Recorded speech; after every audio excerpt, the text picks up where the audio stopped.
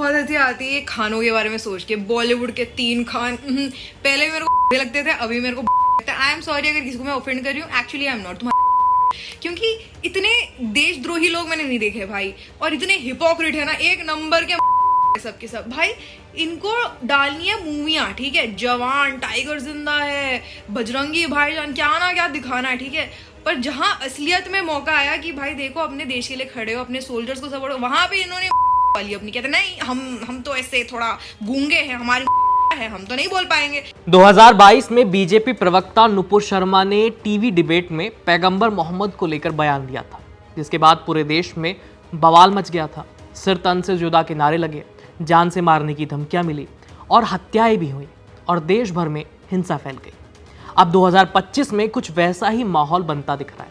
इस बार निशाने पर है शर्मिष्ठा, एक युवा इन्फ्लुएंसर जो अपने राष्ट्रवादी बयानों के चलते सोशल मीडिया पर ट्रोल नहीं बल्कि टारगेट हो चुकी है।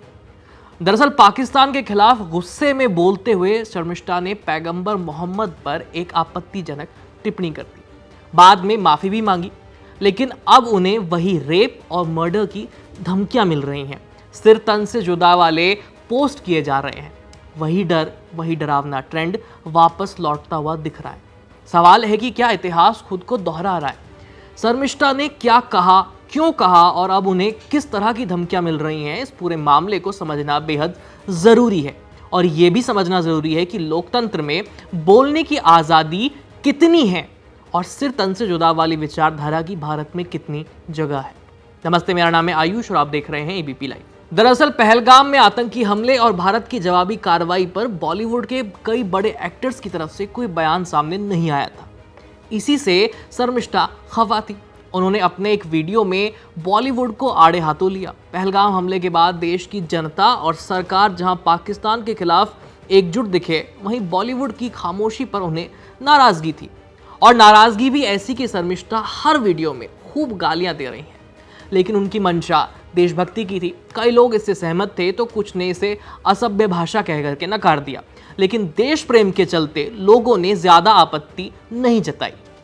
लेकिन मामला तब बिगड़ा जब एक वीडियो में उन्होंने गुस्से में आकर के पैगंबर मोहम्मद साहब को लेकर टिप्पणी कर दी। इसके बाद शुरू हुआ सोशल मीडिया पर उन्हें धमकियां मिलने का सिलसिला, खौफनाक सिलसिला। बात बिगड़ती देख शर्मिष्ठा ने माफी भी मांगी। कहा कि उनका मकसद किसी की धार्मिक भावनाओं को ठेस पहुंचाना नहीं था।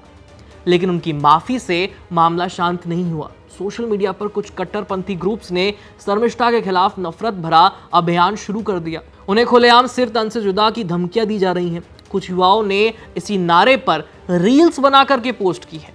उनकी फोटो और पर्सनल डिटेल्स लीक की जा रही हैं। रेप और मर्डर की धमकियां मिलने लगी हैं। ये सब कुछ नुपुर शर्मा केस की याद दिलाता है, जहां एक धार्मिक टिप्पणी ने देश में माहौल को 2 हिस्सों में बांट दिया था। लेकिन बड़ा सवाल यह है कि क्या किसी महिला को गला काटने या बलात्कार की धमकियां देना धार्मिक भावना की रक्षा कहलाता है? मुझे तो बहुत हंसी आती है खानों के बारे में सोच के। बॉलीवुड के 3 खान पहले मेरे को लगते थे, अभी मेरे को लगता है। आई एम सॉरी अगर किसी को मैं ऑफेंड कर रही हूँ, एक्चुअली आई एम नॉट।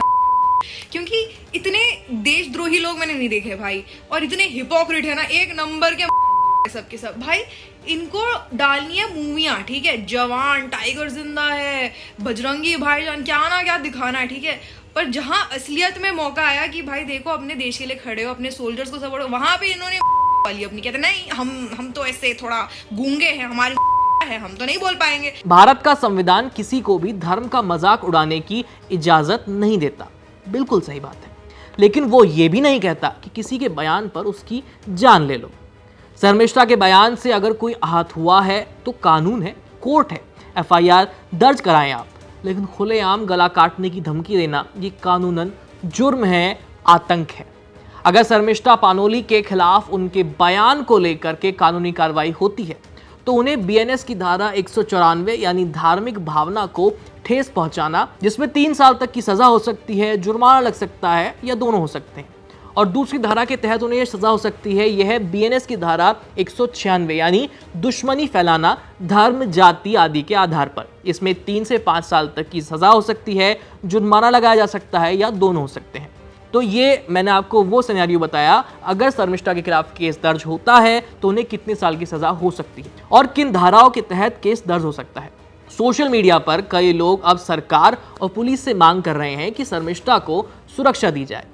उन पर यदि कोई कानूनी केस बनता है तो वो भी कोर्ट तय करेगा, लेकिन उनका जीवन और उनका सम्मान बचाना देश की जिम्मेदारी है।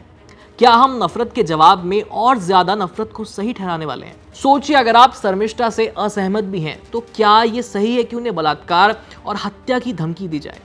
अपनी राय कमेंट बॉक्स में जरूर लिखिए। फिलहाल इस वीडियो में इतना ही, मिलते हैं आपसे किसी और मुद्दे के साथ। तब तक के लिए this is Ayush Kumar signing off.